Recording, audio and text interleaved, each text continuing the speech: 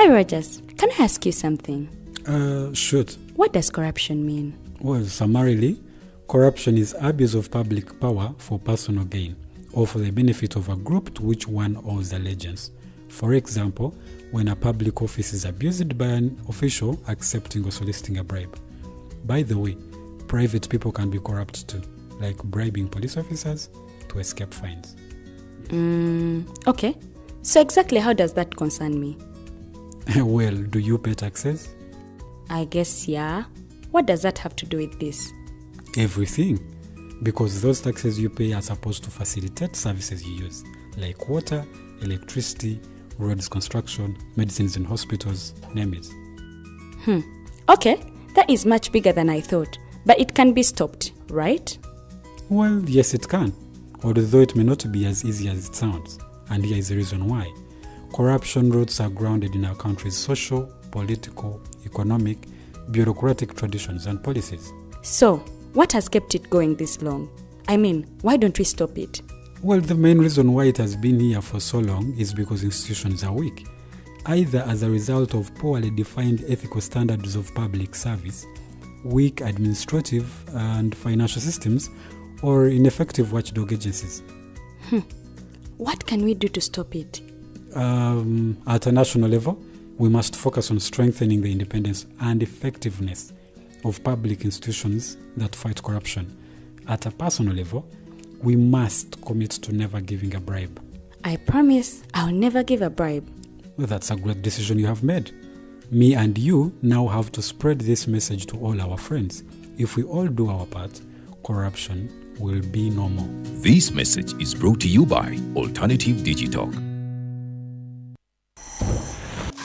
Are you craving for that special meal that will entice your taste buds and leave you with lasting thrilling memories? Look no further. Spice Island Bulenga has got your answer. Natural, fresh and delicious juice, the best meals. Don't miss our daily specials from Monday to Sunday. Pizza Wednesday, Saturday Pizza Bonanza, you buy one and take two. Come dine with us and feel the experience. We are located at Prime Shopping Center in Bulenga, Mitiana Road. For inquiries, call us on 0704111720. Spice Island, we treat your cravings.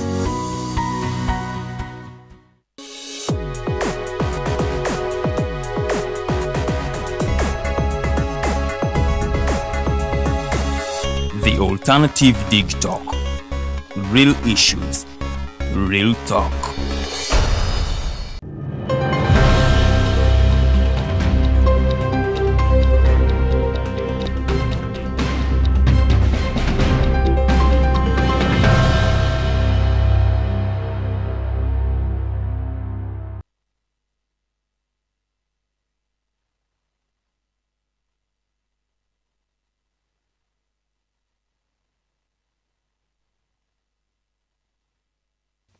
A very, very good morning and a warm welcome to this edition of the Mighty Drive Show. My name is Edgar Matthew Karohanga. Today is the 2nd day of May 2023. As we are speaking right now, we are soon entering the first half of this, or finishing the first half of this particular year. How a first year it has been indeed, ladies and gentlemen. I hope you have been able to achieve some of the goals that you had set for yourself for this particular year, and of course for this particular second quarter of this year. Welcome aboard. Today we are privileged. We have a lady who's not new to this particular show. She has been here for a while. The name is Nana Mwafrika. She's an activist and of course a human rights protector, and we shall be talking about that and much more today. But before we delve into that, a lot of things are happening in the country as we speak today. Various people are coming out to show their grievances in Uganda and of course all over the country, all over the world. Yesterday I told you that we had a few protests in Korea. That was a few employees or workers trying to show their discontent over the pay that they are given in those particular institutions in South Korea. That is how they celebrated the Labor Day. When we come back to the African continent, a lot of things still making news. The fight in Sudan still rages on. Ahmed Burhan and of course Mohamed Dagalo still fighting for who is a better man and who can take charge of that particular country. And the unfortunate bit is that fighting is going on in the capital, Khartoum. As we speak now, more than 100 people have lost their lives, and more than 500 people are nursing injuries in that particular country. We should continue to maybe pray for them, because that's the least we can do. The irony still is Salva Kiir, my add, it was the one actually trying to, you know, find a way of bridging the gap between these two egocentric gentlemen who are trying to fight for Sudan. How ironical it is at a time like this to see Salva Kiir, who has had a fair share of his you know, fighting experiences and violence, being the one to try to bring mediation between the two fighting camps in Sudan. We shall be telling you what is happening in that part of the country. I think last week we had Muhoozi Kainerugaba under the direction of the president coming out to actually go and help those people in there. I think he flew with one of the Uganda Airlines to be able to repatriate some of Ugandan citizens to Kampala. Some of them have already arrived. There are still some that are stranded in the war-zoned area in that particular part of Africa. So yeah, we still have a lot of news stories. We shall be talking about them. But allow me, you know, invite the guest of the day, the lady Nana Mwafrika. She's not new here. Mchala atera nnyo kutukyalirako wano ensanje eziwera. Yabaddeko konno wabweru w'eggwanga naye saagala kupreemptinga discussion. Kwaniriza nnyo nyabo. How are you doing? I'm doing just well. Enyabo. Health-wise, tuli bulungi. That's good. Yeah, and we continue to persevere mu mbeere ye Uganda. You look nice. You look different. Thank you. Chuka weeri. Gye nabadde balunzi balina amata tewali kwekwasa nti bannomye enjala. Ne wano gyegali naye wano lwansigadde tugenda maaso. Yeah, so kibadde kitya your trip? You've not been in the country. We saw you away from the country with a few people ku social media. Just you can tell us, how has your time been there? Thank you very much, Karuhanga, for this opportunity this morning. Eri abalabi baffe, our viewers, thank you for your continued support and viewing the Mighty Drive. With all the important issues they bring about. Yeah, Karuhanga wants to kusuna the how I was here. Yes, I quietly left the country early this year and was away for close to 3 months. And it was beautiful where I was. Naye walungi teba wamwe. Etekwade kunyumirwa bulamu jiba mirimu. Jiba mirimu jammwe, mirimu jaffe. Okulaba nti tukubaganya ebirowoozo n'abantu ab'ensi endala sinakindi abangi be basinga okwegomba. Omuto wa leero omugamba Uganda wano n'eryo obeerawo baagala eri. But Uganda too is beautiful regardless of all the things that the negative things that we see on the daily, the corruption, obutafa ku bantu. But Uganda is beautiful, neri walungi, naye tusinge kwettanira nnyo ewaffe. Kuba wano tuli very much gifted by nature. But yes, baba tumidde. Naye bw'ogamba nno nga basiba badduka eggwanga lino. Buli lunaku abaana abatakka wansi wa 10 bafuluma ku airport yawo nga bagamba bo whether yowana tebagiriko.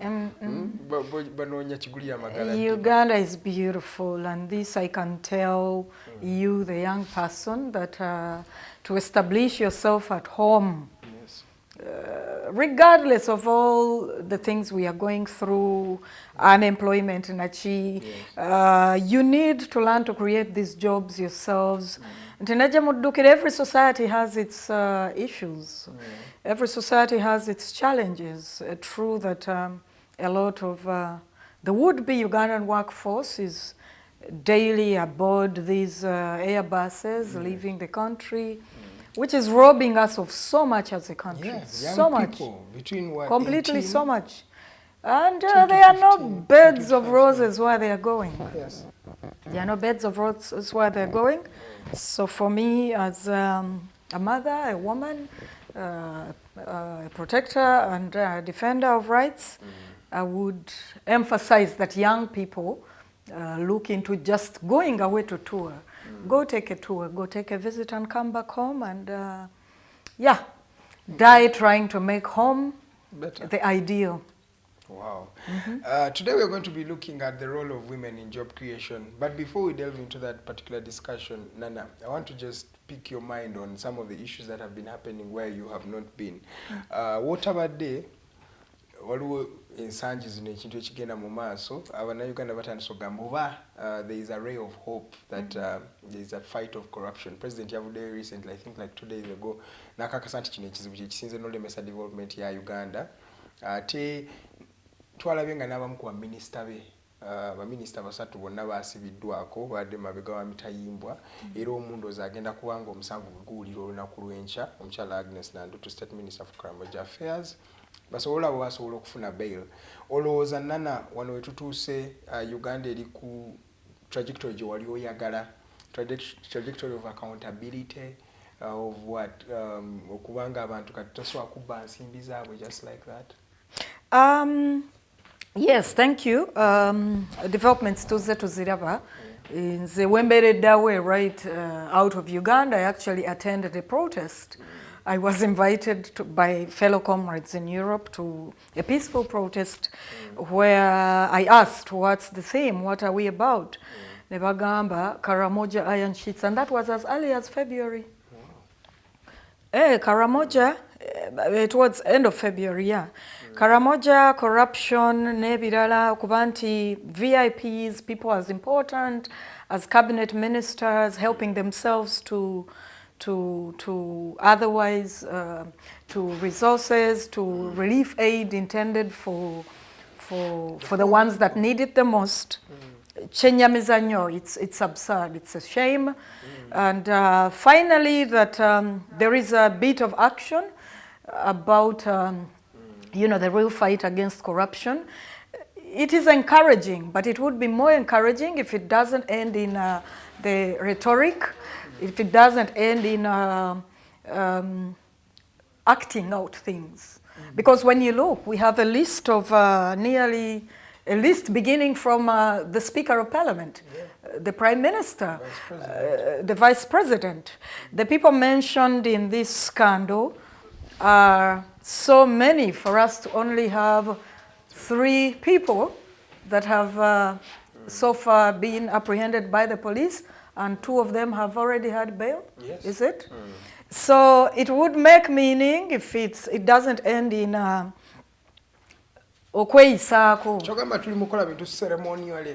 Exactly.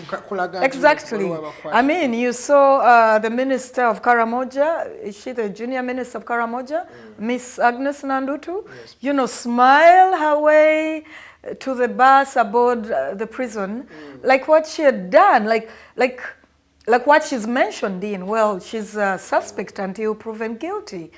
But her body language tells you it's a joke and she knows it. Or maybe the body language is just that I am comfortable enough not done anything. Body language can be two-sided. No.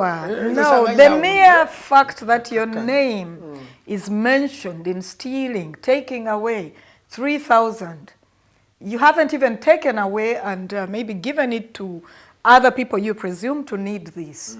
But some of them have taken it to make a piggery at home, to complete their mother's house. I heard that the Prime Minister had some of these iron sheets on her mother's shelter, her mother's house, the house she's constructing for the mother, waited for iron sheets meant for Karamoja for completion. So it is really embarrassing, Bosoma body language.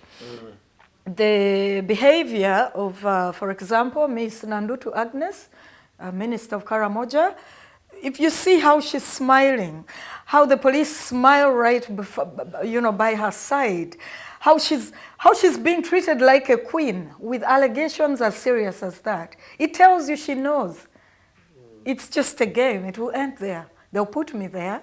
We'll have bail as soon as possible. We came out, I remember putting out a tweet, Yes, Mr. Museveni, it's your time to shine now. Show us. This is as early as February. And he has come out to tell Ugandans, yes, no matter the caliber of the person taking away from the poor, yes, they'll be touched. They'll answer to their... But it seems like it's like a script. He's acting it out. He doesn't really mean it. If he meant it, even the highest of them, the highest position, speaker, prime minister, vice president, they should already have been summoned somewhere to give their statements because there are allegations against them. Shameful allegations. The DPP is still looking for evidence, let's just say like that. But these are self-confessed takers of the iron sheets. The minister, Matia Kasaija, said, yes, they were there. Another one said they were on my piggery. The Speaker of Parliament has said, let me buy some and return. So I cannot return something I did not take. The proof is right within the pudding. So if it wasn't an acted out act, it's, yes, it does excite Ugandans, but Ugandans that see deeper, that see past the acts that seek to sanitize, to indeed help Mr. Museveni shine a little, because for him, he will leave you there, you shout about bills, homosexuality, then such a thing shows up. Oh, the ones that are castigating others on personal matters are, after all, you know, not so clean as people themselves. Sons and daughters, and if he would mean it, if the investigations of self-confessed takers of these items, what's there to investigate in the first place? Hey, techiriwo. Okuja kukati atina na chenjagalo tumulako. Nti they have been implicated in this. Many leaders, MPs, ministers. We also have chief administrative officers of different levels. But none of them has come out to really resign. And we are exactly. That's I intended to tell you about that tweet, and you know, olwokuba nti batukubye nnyo batumenye era nalabye ba MP nga bali mu busuuti ate abatusekereranga nti abo ba placard madam aba madam b'ebipande. But anyway, tuyiga buli omu ayigira ku munne mutimbagano gutuyambye nnyo nti you speak to all of them in a minute, in a tweet. Look, why are suspects mu nsi ze tuli mu kugezaako okutambulira emabega okufaanana democracy, development, all our partners in the West, when an implication, when a VIP, a leader, for them they are even servants, but here leaders are our bosses. It's the other way around. But when people that are intended to serve society, a person, Wakaliba, Prime Minister, Minister of State Karamoja, avuddeyo nti abantu bakubye enduulu bannanga bye kino. It should come from within them. Qualities za leader. Abantu bakwesize, abantu bakwesiga nandutu bakulonze, nandutu yetwala ku police. Could have been the pressure, of course. She delivered. She came on Tuesday, so that was also a few. Also, she had been summoned anyway. So, but it was a little bit honorable, a little bit. Natalinda ba police kukola chukumukwata kumukono. And for me, I put out a tweet. Why are they still serving ministers? Why is Amos Lugolobi ali mu dock? Lwaki achayitibwa minister? Nolaba, you know, abantu mu community, you see, we saw people from Kayunga, women rolling themselves in the mud, crying. He is our leader. How dare you do this to him? Like, webuuza muna Uganda kyayagala ne kikubula. But these people are not even protesting because really they believe Lugolobi or Nandutu is innocent. The First Lady was Huchi Tutu, also her kinsmen in the Elgon region. They were complaining also. Oh, our daughter, Mwana. And it was the same issue with Catherine Bamgemerere. Like Patoro coming out. But these are not genuine Ugandans demonstrating. These are other corrupt Ugandans. Nti waliwo ka million awo kakasuke mu bannakyalo bano nandutu abantu bakiikirira bintu bududa. I went to do charity in Bududa. You would give a little toy to a child and an adult man snatches it and runs off with it to probably sell it for pombe or something. So people are totally impoverished. They would do anything. Ojja kulaba abakyala myaka gyange abakyala 40 plus bali mu camera bakaaba mwami Lugolobe, this is our leader, how dare you, omusajja atusavinze. Nti n'omuntu omutuukirivu bw'aba ayina ekimwogeddwako bw'aba waliwo akubye enduulu nti mulengedde akola kiri, mulengedde akwana akawala akato ku kyalo ne bw'oba gw'omuzaala tulowulirize tulo oba mugumiikiriza. Indeed, investigations zikijjeyo oba mukyamu oba mutuufu. Naye nti corruption has eaten so deep. While President Museveni and the rest is gearing up to really fight corruption, the fiber in the common man, ku level ya individual, naturally corrupt, we are really eaten up. Why am I telling you this? You see it from these fake demonstrations by kinsmen of Dandutu and Chidudu and Amos Lugolobi. They are doing that for not more than 5,000 zenkubulira. Being being elected as members of MP, I mean of Parliament. Tekijja nti be basukkulumye ennyo ku balala. Byanfuna. Obwavu bufudde abantu corrupt. N'abatakyetaaga naye ate ekikwewuunyisa bano betulabanga abayinawo MP ayina omusaala gumumala gusukkuluma kugwa doctor. The MP has a bigger pay, bigger allowances than most of the essential people of the workforce in Uganda, better than doctors, better than teachers. Why on earth would they take something like iron sheets? You know? So corruption, it has eaten not just those in position to access the bigger things to steal. Even as the ones making the noise about corruption, you will come into, our own circles of civil society, bishops, the people that are a bit elevated over others in society, elites, people with advantages over others in society. Nabo bennyini bali very corrupt. Corruption eriridde ddala up to the root. Tunuulira omukyala eyeevulunga mu ttaka. Wowe bakwata batya omwana waffe Kitutu, omwana waffe Awasan Lugolobi. He's innocent. He's done us great things. The great things they speak of is the sachet of salt and a kilogram of sugar that's passed in the dark the night before elections. That's what it is, and that's corruption in itself. But what does that then speak of the people? Kubanga kati olaba ekintu kyoyogerako simanyi abana Uganda bali mu kulaba bategera how big and grave it is. Okubanga fenna tuweddewo. What does that speak of the country Uganda kati gye tusigaza? On the core, because as if the you individual. I have seen countries, sorry to interject you, eyonga mu nsi z'otambuddemu n'olaba nti omuntu n'oba kukwata nga oli corrupt teri ayaga kwaffiliatinga naawe. It is shameful. Exactly. Exactly. You cannot see you with this person. You cannot take a picture with me because of your reputation. Exactly. And here people are normalizing it. Abantu kye batusinzizzaako mu nsi zennaggwadda, they take personal responsibility. Nti tekyali poliisi agenda kufubutula alabe nti obadde corrupt oyingidde ekitaalo okoze eki. Technology are taking over completely. You will be summoned to the court, to your address. You will receive omusango gwokoze. But here, oli amanyi nti corruption yeeyongera n'amaaso lwakuba tulemeddwa to take on engeri ensi gye zitambulamu currently.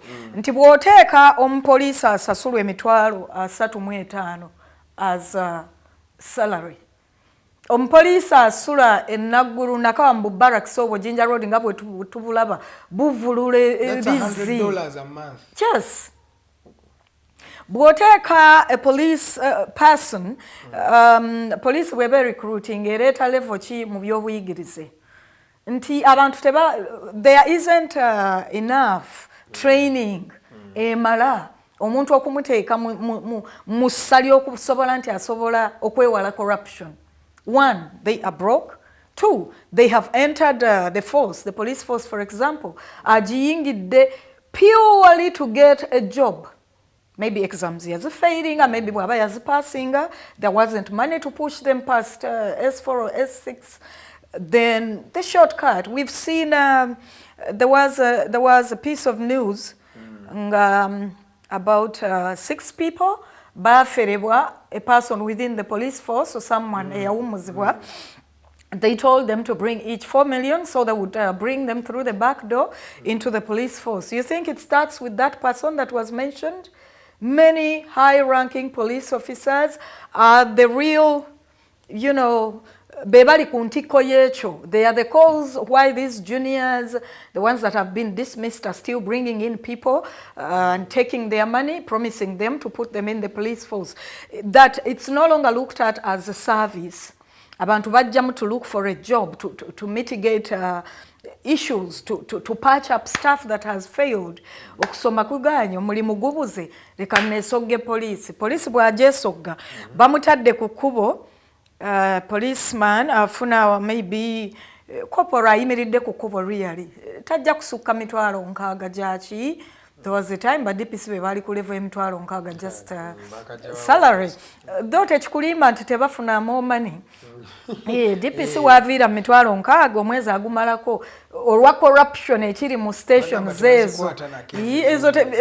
Ezo ndoza ne ku account tajjukira na ddiwe bazitaddeko. What am I trying to say nti okubuza bannansi the failure, government failure to avail education, useful education, information, okunyinyitiza teknolojia, it will continue to be a breeding ground for corruption. Because the police officer you put on the road to see that people do the right thing is dealing with people that are, someone is driving a huge SUV, they have cash money in there. Some have even guns. Some have, there is a gun there, there are envelopes full of dollars, there are envelopes full of another currency, the local currency. Abanene bakuno currently, they transact in dollars. Yeah. Sadly. So kakati wa police ona ayimiriza ono, even just to greet them, just looking at them, there is already corruption brewing. If the SUV driver bamukutte agezaako kuyisa oba kugwa mu kitaalo oba ki, corruption is automatic there. It's automatic. Ayimiridde wano alowooza talowooza asasulibwa kitono. They are being paid nothing for the service they are rendering. Ayimiridde mu musana. Naye singa kamera ddala bwe bagamba nti leka tuleete kamera zikwate abavuzi obubi. If the streets, the roads are well built, if the streets are labeled, kamera yejja okunkwata, kamera ngenda giwa bribe ngenda giwa. But for as long as you have everything done, the microwave, abaana abazaalibwa bagundi be bakulira office mu traffic, so be basalawo who stands at the road. The person standing at the road, how much do they have? How well remunerated are they for what they are doing? To avoid taking a 50K from the SUV driver that's driving on the wrong side of the road. So anti-corruption, the drivers of corruption, wogendo zivamo, is poor implementation of the purposeful things that should encourage Ugandans to work on their own. Nti omwana asomye. Intern doctors, pre-interns, intern doctors currently. I was aware, I saw the first protest, they arrested them really violently. Tebaba wachitibwa. It saddens my heart, it really chindetere nyiko kulaba nti the present and future of peaceful protest, yo tegenda kuweebwa mukisa. Nzawe nafunidde obuzibu.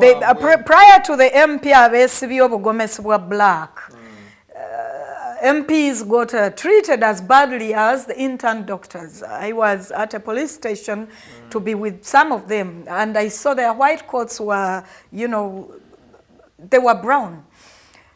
I didn't see any member of parliament. I didn't see any statement from the Speaker of Parliament, who they had gone to even deliver their petition to. I didn't see any of these people say this. Then Tibaku MP is presumed the VIP.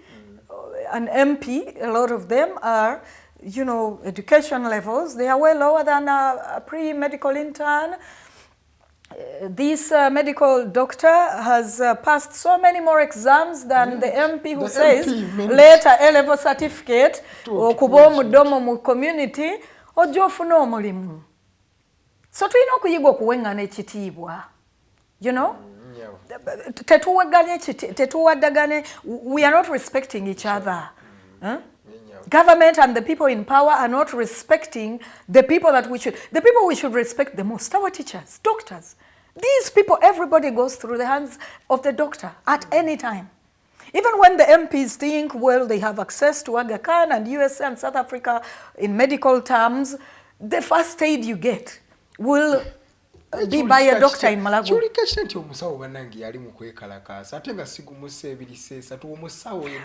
But the corruption around the treatment, Ntibakute MP, former woman Gundi, former Lop Kiza, Gundi, what's her name, Anita Among, and the several, they are in Central Police Station, Bakolewo Bajagalaze Station, Kubanga Bakutani, Bakute politician. But when they arrest someone's sons and daughters of people have paid, you know how it is, okuwerera omwana, okumujja ku nursery all the way to the level of our waiting to be deployed and serving the 1-year mandatory service to government before you can do your free work elsewhere. It's no simple job. Si kyangu kyovala abantu, many of them drop out. They wind up being confused that recruitment into police and the army is also now a form of a job creation. Government coming out every day to increase the numbers of police officers needed, the number of officers needed in the army. This also is beginning to look at like a way to create jobs to our poor people in the villages and all over. That's why you see someone is giving a bribe to be brought into the police force. Yes. What is so special today in the police service of today? It's not a service, it's a force, it's everything deplorable. But why are these people wanting to come in? Anti yangambye bwendeta million nya nja kutuukira ku ddaala livuga banene. Lwaki omwana w'omuntu asomye ali mu kyalo? The job they really want to do is to come and drive violently, drive SUVs that shove others off the road. Mbwavuga banene nga akubu. That's where the power is. Nana. Channaku so. Omanyi driver w'omunene wano mu ggwanga nti tagambwako. Nkimanyi. Aba asinga omwana asibe engugu n'agitwala mu mpewo e Bulaayo e Saudi. N'omusawo akola wano mu malwaliro ga. So nti corruption is so well supported by government. They are landlords. People own buildings in this city. Ministers, cabinet ministers, MPs, politicians who had nothing in the past 10, 15 years. They own buildings where they charge rents in dollars. Dollar currency. Abantu bakola obusente mu shilling, oli n'atunda akagato, n'atunda eddagala, n'atunda essuuti mu siringi. In the shilling form. And then they are mandated to go and change this money within and pay a landlord's account in a dollar currency. What corruption is seeing? One they are known. But nobody will touch them. So kakati okwewunza mbu twewunziza mbanandu tu. We are getting the smallest of the fish. If it's a sea, if it's a pond full of the big fishes, the fishes mentioned in okutwala ebyekaramoja. Okutwala ebyekaramoja is not the only act of corruption. Tetwakalabako. Gundi NSSF. Abayolo omudidi gwa NSSF. Abayolo omudidi gwa COVID management fund. Bonna twakuba enduulu. Naye twakubye enduulu if the ministers are mentioned in a scandal as ugly, as dirty, as taking iron sheets of Karamoja, as cheap, as unimaginably shameful as taking iron sheets. Why are they still referred to? Ali Mukaguli is being called an honorable MP, an honorable minister. Why? Mwami Baliomunsi came out and said, as we all know it, We have nobody that's going to resign. The president announced himself, let them be arrested. The president doesn't have to say everything. A suspect must be, you know, undressed of all the honors until they, you know, they struggle to clean themselves. Chovola ba suspect ku police tosigazanga to. Omusipi gujjemu etayi gijjemu. Omusango okozo batu okukozesa okujjemu. Soko bijjemu paka nga weetaasizza. But Minister Chris Balyomunsi simanyi nabo batandise otegeera yavaayo he even was saying they shouldn't arrest them over the weekend. Can you imagine? So the police should hold. Police right balinda ku weekend. Can you imagine that? Coming from Balyomunsi ayogerera ki? The Minister of ICT. Yes. N'avaayo nti ly'eddoboozi erireeta response abantu kye boogedde. He came out and said, made himself clear, no member of parliament or no minister is going to resign. They will not resign because they're just suspects. They're just suspects, but where is the honor in a minister being suspected of stealing iron sheets that are supposed to make better the lives of these children that are stretching a hand to ask for a chapati and 100 shillings in the traffic? Obwana be basiiba babutomera obwo ku street bwoba ovuga olaba mu kibuga buli omu busala babutomera because they are VIPs. So for me, I think that corruption etandikira ddala kukoa bwe bakwata cousin wa Nana, relative wa Nana, Nana will jump out and be making the loudest noise. Oh, this is my daughter, this is my cousin, therefore bakwatibwe bulungi. Nti bwe batandise ebibi bwe bitandise okukwata kuba kulembeze. Lwe tulabe enduulu yaki y'abantu okusibwa bwe kukutte ku ba minister. That's when Balyomunsi thinks they should not arrest anybody over the weekend because they are not likely to get police bond. Nti okusibwa n'okujolongebwa police bwe kukwata kuba MP Speaker wa Parliament lwalowooza nti kitalo nnyo. Mukyala Miriam Wangadia came out, I can quote her, and labeled us rights activists that we are out to tarnish the name of the security forces in Uganda. It's not even been a couple of months. She's repeated herself on that same to mean that we are just liars that just tell lies about police brutality. Otherwise, the security forces are acting within the law. When the same police that pulled Nana's womb and baby out of her womb, the same Miriam Wangadia is saying now, Inspector General of Police, please come here. Jangwa Bitebye, come and tell us, how dare you beat VIPs? The VIPs must be our servants. Ntinza bwemba sirabanga mukyala Namboze Betty, sirabanga baagala, sirabanga bebaani abawala Nyakato, ng'avuddeyo okubuuza nti poliisi bw'eba yakuba Nabukenya ne bamutta ne bamulinnya, yajjamu Nana n'abaana, ogwo omusango gwakomawo. None of these people have done this. You sit and look at MPs like Namboze. They've just become comedians on television stations. Nebagenda nebasesaamu abantu memes. They've just become, you know, those are content creators.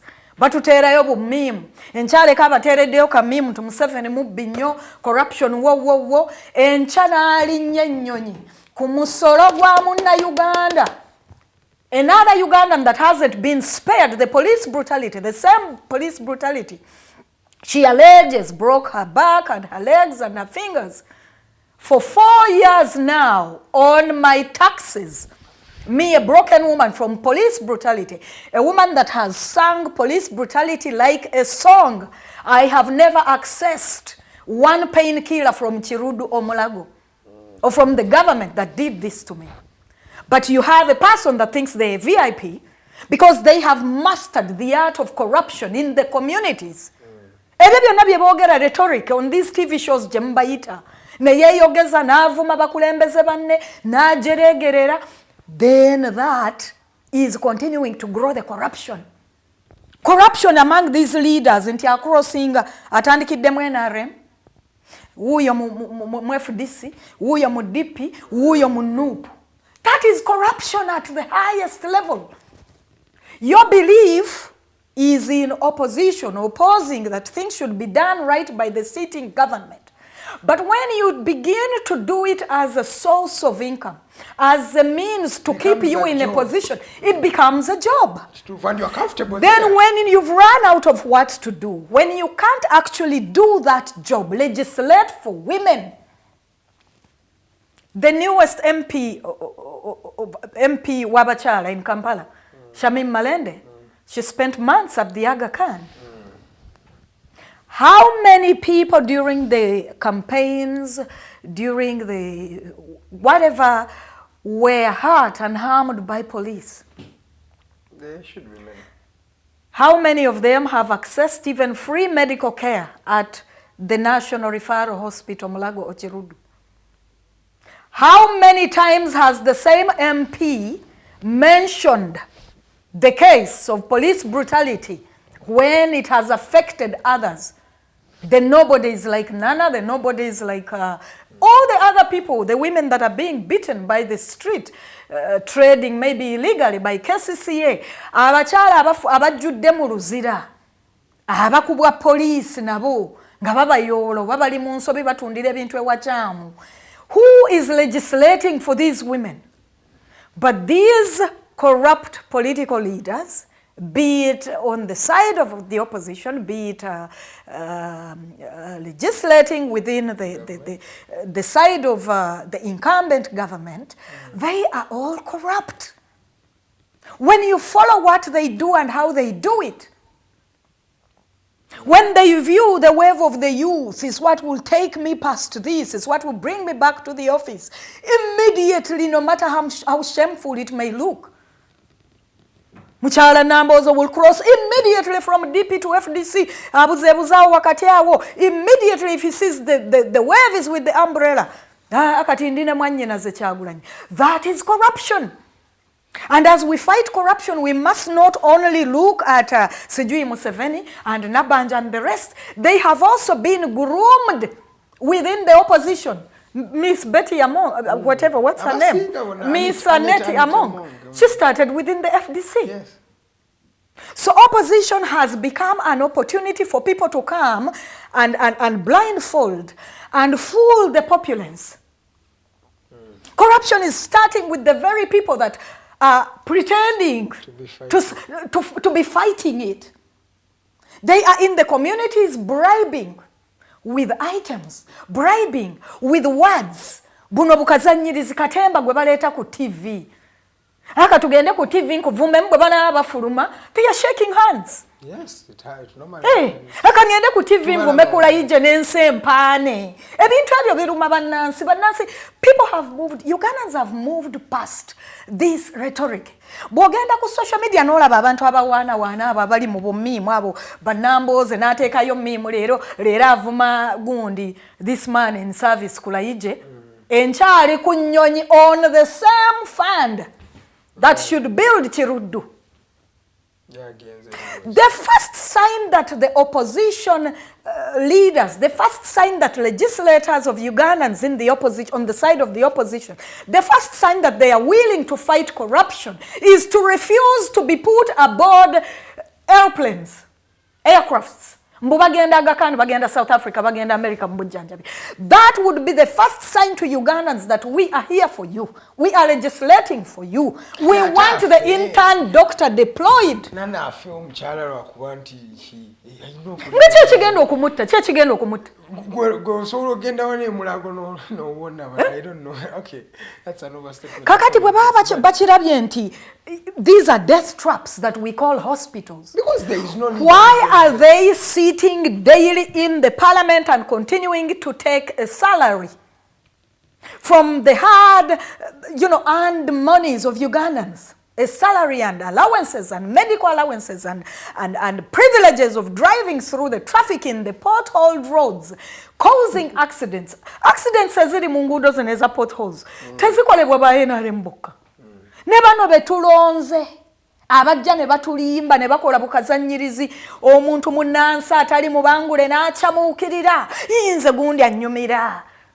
Nze Rutamaguza nyumira. Bana abantu batusaliraga wakayima. For me, I see these opposition MPs. I look at them nga buno obusolo buno buheya. Kayichuli. What do they do? The literature of P1 and P2. Obuzanyo bwe bazanya. You can relate them to ichuli ne heya mu butabo obwo. These are the games they are playing. Bwaba kugamba nti it is corrupt for somebody to come and tell you nti Nabanja yali atugamba luli, we have been used by NRM. We have been used like the spoon which stirs in the sugar in the tea, but it never drinks any of it. Tomorrow the same woman is standing and other women are applauding. Oh, now we have women in leadership. We have women in top position. What is the presence of Alupo and Nabanja doing for the woman in Kakumiro? Where the woman who has sold her cassava and matoke and educated the son up to intern level, a graduate in medicine, is now begging government, deploy me somewhere. They are begging to be deployed to do free service. Because even the money they are saying they don't want to give them is just like a small allowance to give them a border fee, to help them buy batteries to put in a torch. Women are delivered of babies in Gabutochi, there is no power cut-offs and everything. But even that government is saying, we do not have money to deploy medical interns. But the MP is sitting and going to bed and sleeping and waking up. I'm coming to fight police brutality. Police brutality senga bakubaba MP. We are going out to celebrate the women celebrations. What's there for women to celebrate in this Uganda? We are in the community, we are in Lugazi, we are here celebrating with the women. What is there to celebrate these women about? The hospitals they are going, teribitanda. Engudo kwetuita zifanna bwezityo.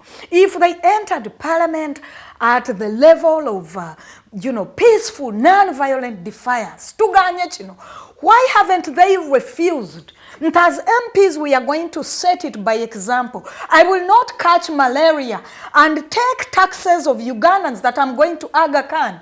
Or I'm going to Minnesota to treat something that a medical doctor in Mulago can treat if they are given what to use, if they are facilitated. So tukijjo because tulabye omugenzi mukama muumuze mirembo omugenzi Keith muhakanizi yafiridde bweru olanya yafiridde bweru. Many are still trying to go and die abroad. Yeah, most of them. When they finish to die, then you even get into the cost of carrying them in their casket here. Do you know how much it takes to carry a dead Ugandan from USA or India?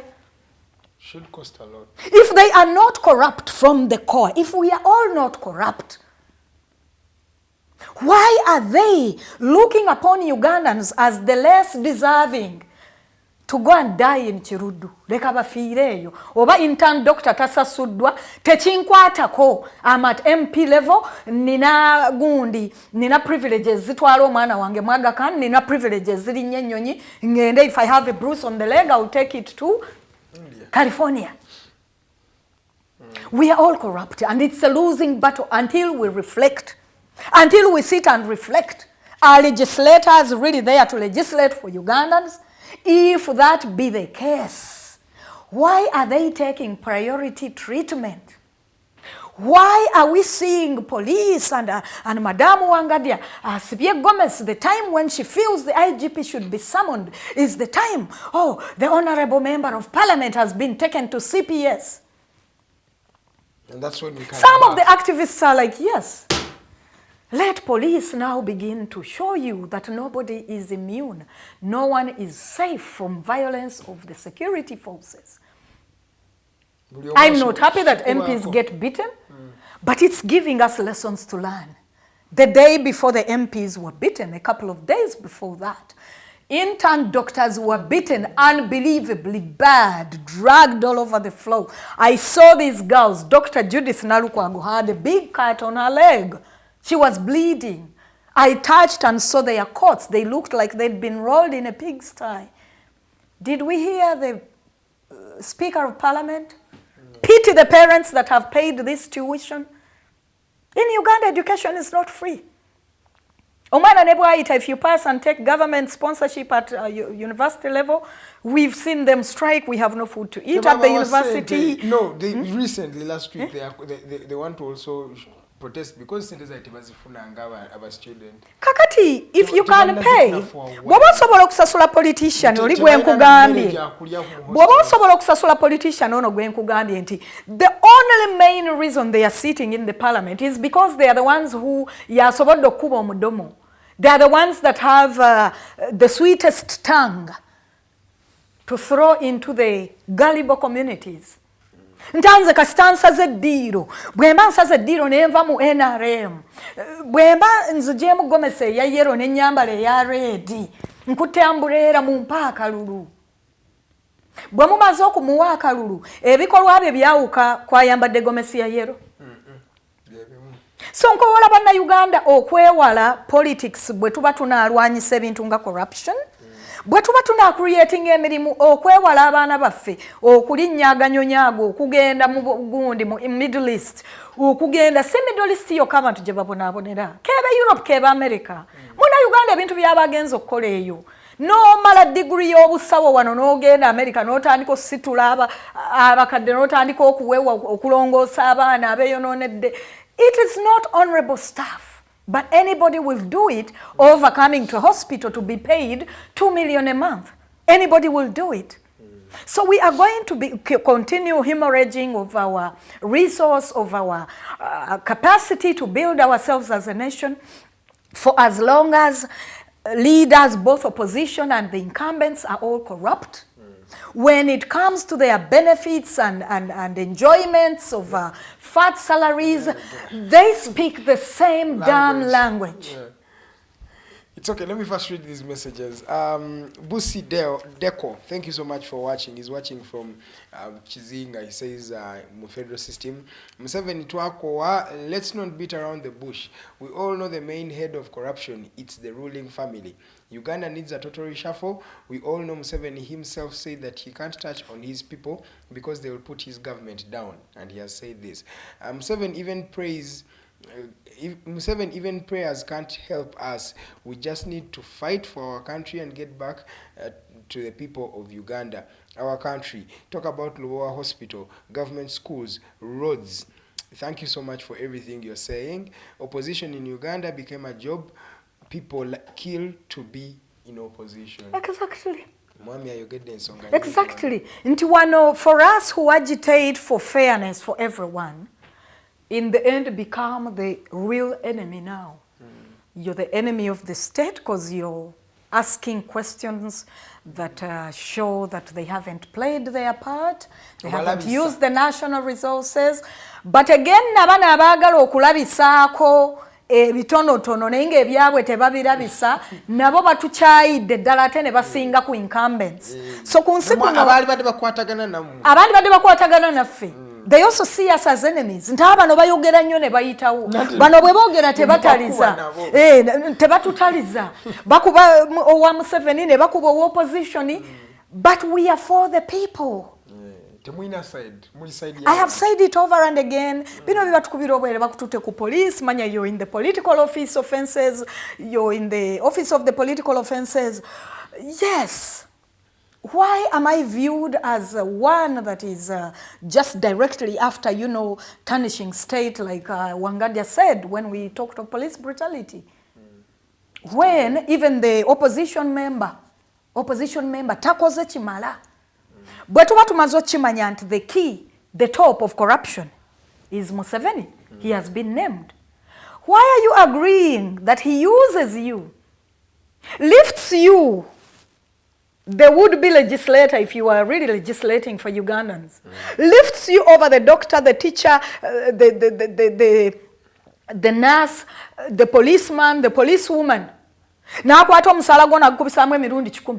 Gwe bawadde doctor $2 gwe n'otwala $3 and you think that's not corruption? Let's take a break. It's corruption. Right now. Katumbulemu katono wetukomawo nkyalina omukyala Nana Mwafrika ayogedde ku nsonga y'amaanyi, ensonga ya corruption egenda maaso mu ggwanga lino. Let's take a short commercial break. We'll be right back. We have a lot to discuss.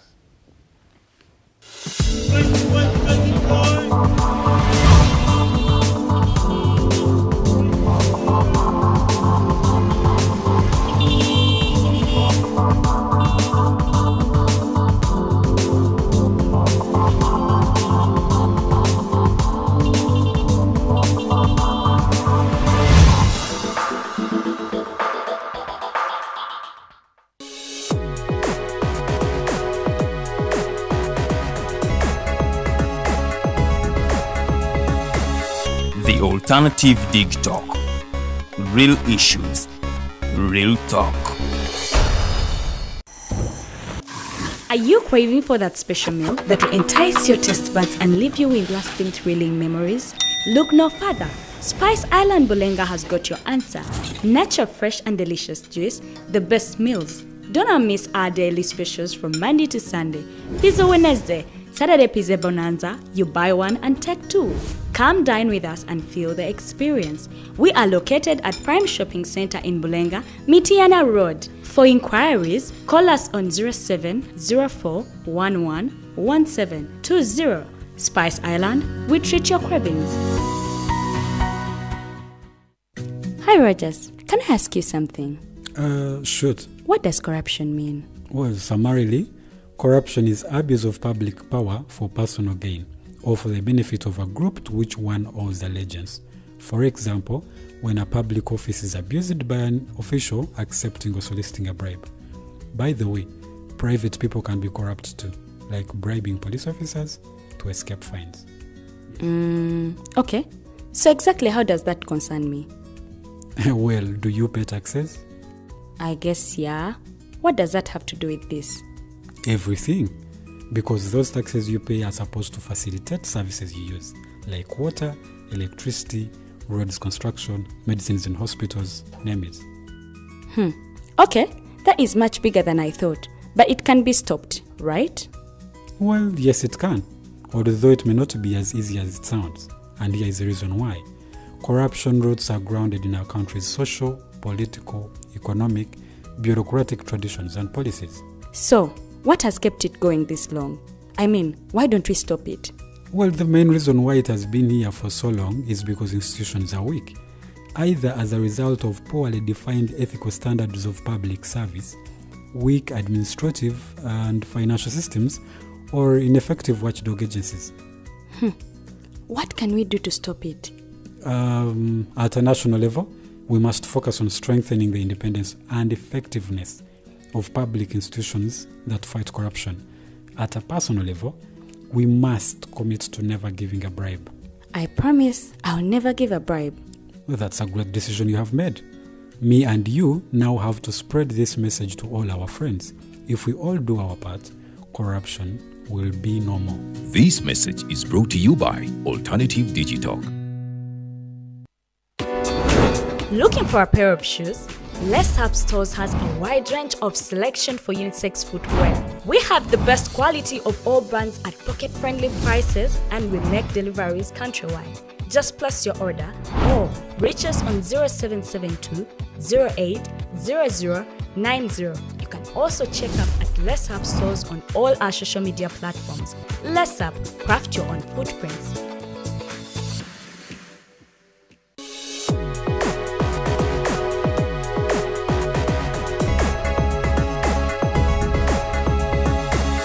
The alternative Digitalk.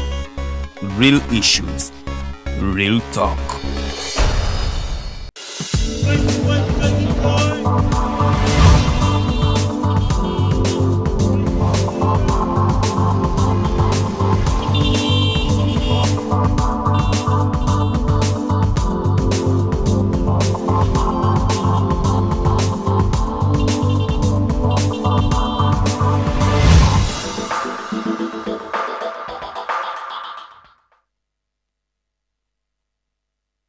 Welcome back from that short commercial break, ladies and gentlemen. My name is Edgar Matthew Karuhanga.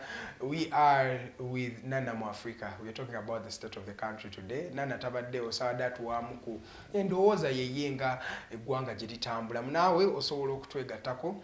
Tuli ku mikutu gyaffe egy'enjawulo ku Facebook at The Alternative Uganda ojja kutusangawo, ne ku Digitalk TV kwetuli tuba streaminga ku pages mbiri, ku YouTube nayo gye tuli at The Alternative Uganda, Digitalk TV, ku Twitter nawo osobola okuba ng'otusangayo at The Alternative UGA. Era oteekamu Alternative Uganda oba ojja kulaba icon yaffe oba profile yaffe. So sindika message yo, tusindike direct message oba oyagala, tujja kuba nga tusisoma subsequently nga tweyongera mu maaso n'emboozi eno. Naye nga tetunayingirako ku nsonga y'abakyala n'okukola ensimbi gy'amalirize that corruption issue. Nana. So with all this being said and done, Now, I want you to address the Ugandan out there. The Ugandan who sends these leaders, who sends them to the positions they are in, and they are getting the benefits they get. Mundaba yo muna Uganda ono ye, omuwa magezi ki kyabakola ye nga muna Uganda. Mu mbeera eno gye twesanzeemu nga bannansi b'ensi yaffe. Nyaffe Uganda ensi ennungi nno. Singa tu reflectinga ne twekuba mu ttooki ffenna at personal level. Nti obugobya, corruption, obuli bw'enguzi, obukenuzi, obulabbayi, ffe nnyini bannayuganda, ffe bagoba baabwo, ffe tukutte enkasi y'okuvuga corruption, drivers of corruption, olwaleero bw'ofumiitiriza ne wekkaanya Uganda bw'etambula. Balabikidde mu bibiina by'opposition, oludda oluwabula gavumenti, balagira ddala obukenuzi, obulabbayi right from the start of campaigns.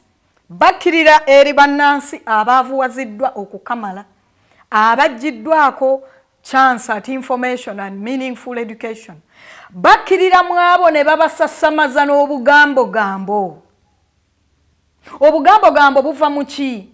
Ffenna twamanya Museveni yeeremeza mu ntebe mu binnyonnyonnyo, overtakinze, akulidde corruption. Yes, maybe katukikkirize ti Museveni ye cheya yatudde ku ntabiro ya abalabbayi n'abakenuzi, bonna baana be, bonna buzzukulu bwe. Gwe bw'ojjanga ozze kuwabula Museveni, naawe n'okola ekyo kye kimu ne bano boonenya, Munnayuganda oba omulimba. And that's the first level of corruption. Ba MP abakampaininga mu opposition, nga tutandika n'omukyala MP owa Kampala, mukyala Malende. Nze I will only serve in the government of Kyagulanyi. That statement you people being said to voters. Enkya n'oyitamu nga Kyagulanyi si ye president. N'oyambala akakondo n'okwata omuggo bammenye okugulu ate oli mu kakondo. Tonnamala na hafu ya kisanja na kwota yakyo, otandise ogenda agakaane okutokomola omusimbi gw'omuwi w'omusolombu kubanga olina akakoloboze ku kugulu. Azalire Uganda takkuteeko, yakuwa akalulu ng'omulimba mbu you won't serve in Museveni's government, takkuteeko. This is the beginning, this is the very driver of corruption. Bano zenkasiza obukenuzi n'obulabbayi n'obulimba n'obunanfuusi okulimba bagenda okuwa akalulu. Nze okumanya saagalira ddala Museveni ne corruption we na buli kimu nsazeewo. Kyagulanyi bw'atayitamu kubeera president, sisobola kusavinga na Museveni. Enkya n'oyitamu n'ogenda n'olayizibwa Museveni ekololo. Waliwo ekisingawo okubeera corrupt. Corruption tugitegeera tutya? Corruption is in the words we speak. Corruption is in our actions. Corruption is not just having access to government funds. N'ozijjayo n'oziwa abaana bo n'obatwala US okusoma. Corruption is lying to voters. Corruption is okuwuddiisa abalonzi n'obawa essuubi eriri false. Nti ffe tetugenda kusaavinga na gavumenti ya Nakyemalira. Olwaleero basibye obusuuti batudde mu Kosase. Banywa caayi bali ku misolo gyammwe. Mweyongera bakubira mu ngalo. Baafuna obubondobondo bw'abantu ku zi social media okwo abagenda babawaana golooza nti munnansi yawaanaani atudde mu Kosase mulimba, nze kati nkunya Jennifer, nze kati nkunya gundi. They are alongside the incumbent government driving an already spoiled system, a system in a crisis. The drivers of corruption are within us. We are the enablers of this corruption. If the opposition MPs oba abali ku ludda oluwabula government singa bakeera ne bawakana nti tetujja kutuula mu parliament kukiika n'abantu babbye mabaati ga Karamojja, tetujja kulubirizibwa nti olukiiko lwa parliament tetugenda we are not going to be led by a speaker whose name has been mentioned in the Karamoja scandal.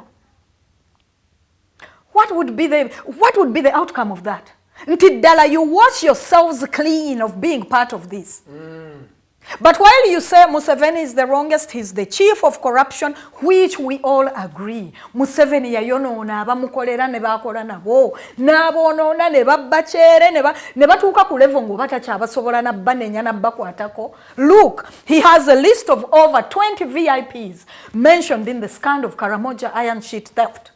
He has only managed to have 3. He already passed the order to the police. Investigate, arrest them and put them. Techinnaba kusoboka. Leka mmalirize ensonga eno. Leka nfumite ensonga eno.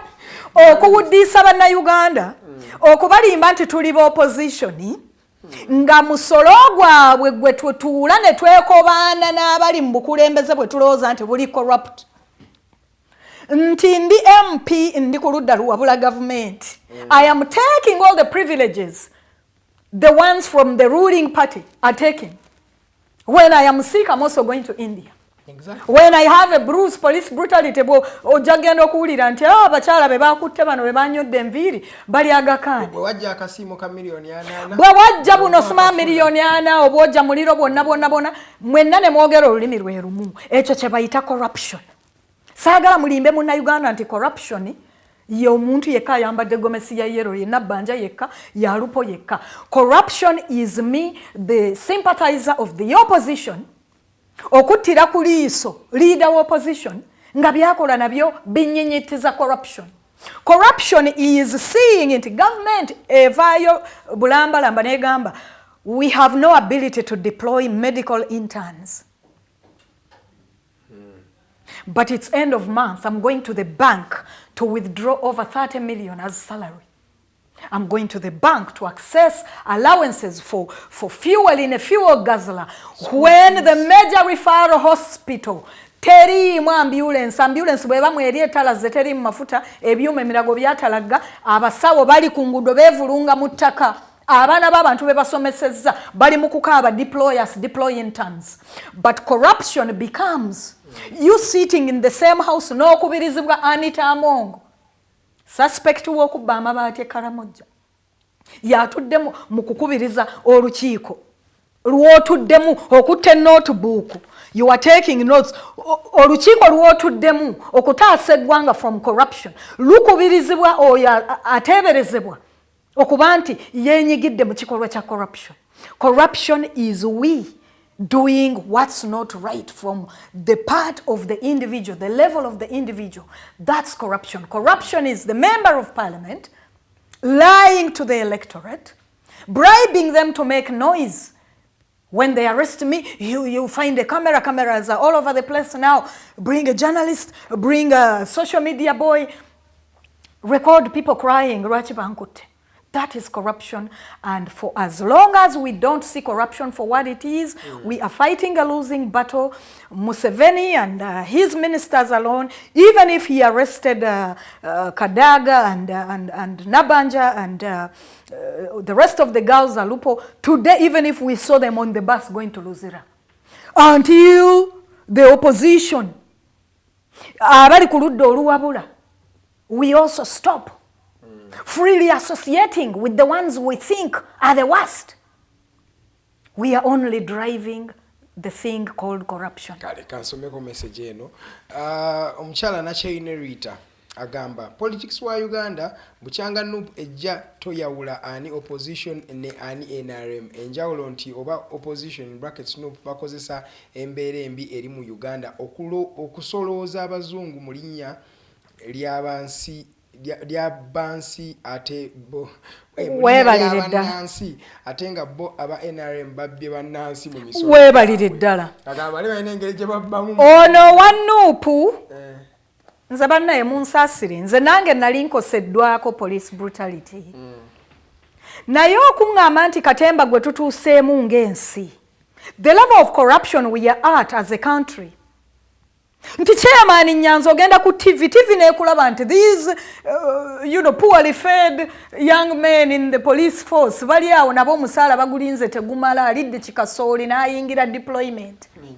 Nti kuba bakuwaludde kaabo, therefore you have a fracture in the leg, you have a fracture in the neck. Overdoing it, you want to say?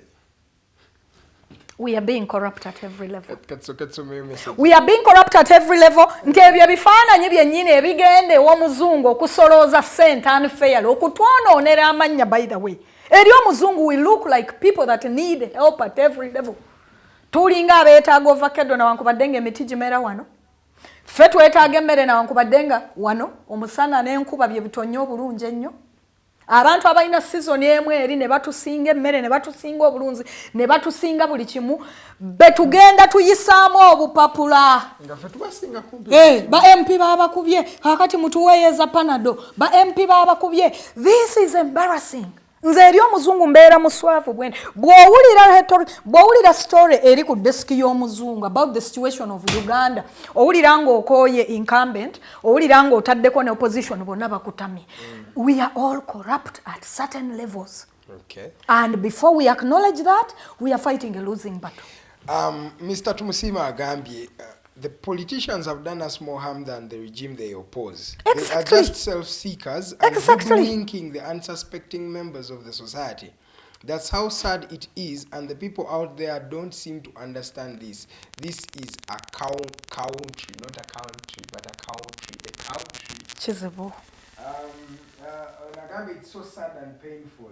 Shockingly, from the first district in Tungamo, it has been revealed that there are 9 ghost health centers, 4 with 73 ghost workers in the ghost hospital, and the leadership seems they don't have any knowledge about the same. But very funny that the ghost workers are paid monthly salary, allowances, and all other benefits, but the minister says she had no knowledge. This country needs an overhaul.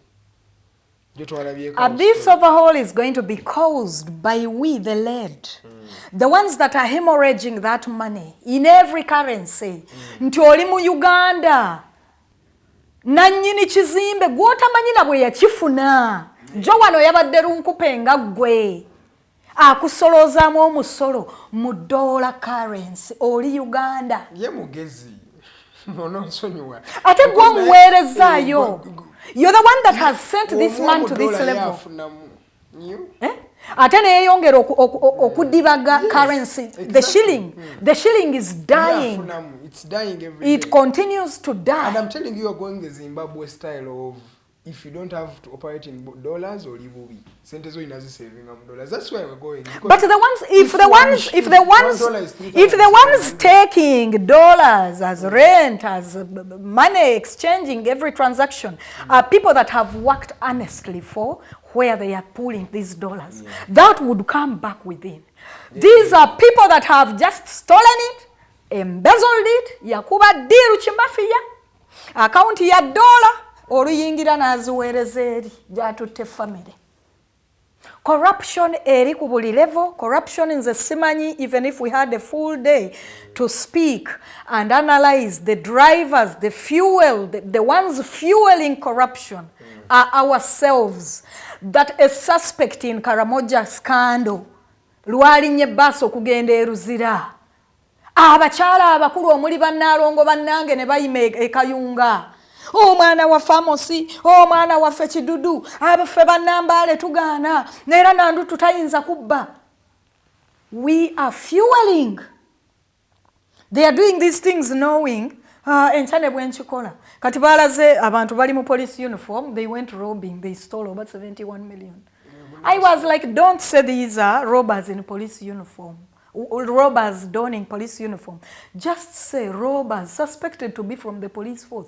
Why not? Because if a cabinet minister is stealing iron sheets and is self-confessed and nothing has been done to them, the only people in abantu betu ineruzira activists that came out to say when the inaction was still there, abantu babyama afe tugakomyawo fe tukkiriza yes gajja bakwata abaana activists namba yabwe benkanawa bali wansa mu kibuga abalabikanga bawalulagana n'omukyala abaana abo bali ruzira abamabati abali bagezaako okukola ebyamabati. They are making an alarm. Lwaki ababbi b'amabati nabo tebakwatibwa? Era kibali babuuza. But police, corrupt police is now busy arresting these ones, sanctioning the files. No, these boys and girls are still in the prison. Yes, they are. When all they said was, why is nothing being done when people are self-confessing having taken iron sheets? from the poor Karamajong. Kakati corruption nti eri ku buli level. Corruption eri ne police, corruption eri ne MP wo, corruption MP wo engeri yokka yamuleeta mu ntebe eyo mwomuwaanira ng'atuddeko wali n'ayita oli mbwakunya kosa saamukunya ki? Omuntu akunya mu kosa seggulo limu aba yafunye billion sima kisaawe sima biki. Kwega Munnayuganda asigadde ku mazima Uganda leero we are so endangered. Bonna batulabanga balabe owe NRM ate abo NRM bawandika fundako. Opposition tewali muntu achaye activist wa rights nga players of opposition in politics because byetwogera byonna byewongera kubaluma. When they join this, they think activism, they think non-violent action is the way. Why should we agree to sit with the same people we call dirty, we call them corrupt, we call them murderers? We are showing the world tulabisa nti police Uganda batemu, nti state intemu. Bolabisa olya nabo. Bolabisa mulya echa corruption tulikifunira olunaku olulala. Tugende ku nsonga y'abakyala ne creating emirimu gy'abana abakyala. Abakyala bantu bajje batya mu bwavu. By the way, if you realize Nana, women have problems that are peculiar to them. Bayina ebizibu nga ebyabo binnyini. Olowooza tubi addressinze tutya to be able to empower them to be job creators but also be able to build wealth for themselves. Omukyala, if we also tackle the issue of government using women, the word use. In the world where everybody is using everybody, but others use in a way. Let me empower women, let me empower teachers to get a good product when young people graduate tomorrow. Naye abakyala have been used in the most selfish of ways. Nabadde nakikonyeeko dda nti abakyala boolaba bayitimuse, for example in service of government, beebo boolaba they are being used jangu otwala amabaati onowaako bano. One, women by nature, women are wives, women we are partners, we are organizers. Omukyala ne bwaba talinnyanga mu ssomero, we are organizers, we are administrators, we are directors, we are recreators. In the fact tubazaala mu bugubi buno obuyitiridde, omukyala azaala omwana mu Kiruddu mu Mulago, mu Kinkizi hospital, mu Jinja Referral emale wiiki nga tebalina mazzi, masanze gagenda doctor ayina katooki kakuzaalisa. Omukyala azaala omwana oyo n'amunnacharinga n'amukuza to doctor intern level, oyo omukyala aba muzira. We are recreators, we are disbursers, we are economists, we are everything. We are disciplinarians. Kyova olaba nti going forward, activism ne kuno okukaabira abatutwala, okukaabira authorities, tibannaye we can do better. Okusinga bakyala be bakyakisigaddemu. Ffe tukyasigadde boldly. Yes, by the way, I can actually stand and say that. So omukyala really, we go past the disciplinarian, we go past the defender of everyone. We are the queens that are standing out amidst all the thorns to cry out we can do better. Naye omukyala alekeddwa emabega. We create so many opportunities for these jobs, right from starting being the first educators at family level, being the first planners of the family. A lot of the decisions, economic decisions, taken by the biggest of economies, start with the right decisions of the woman, of the women at family level. Ebyobulamu by'abaana, omusajja bw'alabise ng'afuluma agendako mu kabitingi. And when it comes to Africa, it even becomes more vivid. Yes. The woman makes the breakfast, the woman concludes the statement of the VIP that's getting out to speak to. The woman encourages omusajja okufuluma mu kyakola. Naye omukyala, we've been repaid with just indeed being kept there, okunyoomebwa. Bwe tuba tuweereddwa ku mirimu egyo egiyitibwako, it's like to use us. Affirmative positions. It's like to use us. Kuba abakyala bw'onoobaleeta ddala ekituufu. Have you given them the freedom to advocate for the women? Have you given Mukyala Kadaga the complete freedom to show herself, to represent her, the spirit eyo eva mu bakyala banne. No.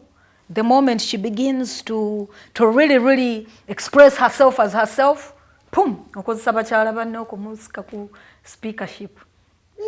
Hey. Amaanyi bagatuwadde, but in a manner still that does not allow omukyala ali mu position. Mukyala nabbanja leero ayina ddala obusobozi obuvaayo nga nabbanja n'ayatulira gavumenti gy'asaavinga nti wano tukoze kikyamu. No. Olumala okutekinga position eyo, she knows that I am here as a tool, as indeed the kajiiko. Tabule sukaali wa bakama bange bulungi anoge. Nange ntandika okunywako akatono. Naye bwe naagaana okuba nti nze kijiiko nenzikiriza nti kati ompadde position ndi prime minister. Let me be out for the cause of women. Tomorrow bajja mugoba, trust me. Nabbanja akimanyi nti she's being used wali. Nabbanja akimanyi nti olunaku lwonna lwayimirira. Ne yeetengerera n'agamba nti kino kikyamu oba kino kye tuba tukola. Ajja kufulumizibwawo bye baakola bamukyala Matembe. Buli lw'oyimirira n'ovaayo ng'omukyala n'ojjayo obuvumu bw'omukyala okuyimirirawo ku mazima oba ojja kusuulibwa ebbali no matter how Walina omukyala Jennifer Musisi mu kibuga wakati. Exactly. Naye yali akyusiza ekibuga. Kati mbuli Abannayuganda batandise okumukabira Jennifer Musisi komawo kwetaaga. So nti abakyala babeera basufu. The spirit of entrepreneurship mu bakyala Africa wano. Most businesses meruseewo, it's women. I can tell you authoritatively, if it wasn't for the woman's spirit around entrepreneurship, okuvumirira, okubaawo mu buli mbeera for our to begin with household and then to the society level, I don't know what would have happened to this world. In the pandemic je tugenze tuvunuka. Women are persevere. Mu bantu betwalabanga bawatanya bagenda atundeyo emicungu etaano alise family.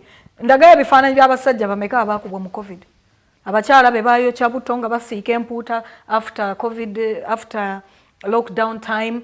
Abakyala betwalabira ddala nti be baava bannange enjala etta abantu baali bakyala. Spirit y'omukazi in taking forward economies zensi chovola amawanga gannaggwadda gateeka nnyo essira ku mukazi bo baamanya dda amaanyi agali mu mukazi. Abakyala with the ones that come out in committees were religious councils, beliefs, church, Islam, women, this fe tuvaayo ne tuimpartinga values ezisooka. Yes, you mold the society. The workforce that's being pushed out of society is mainly nurtured by the woman. Chovola munsi naggwadda single mother akwatibwako mwana we n'awagirwa mwana n'asoma, education is there.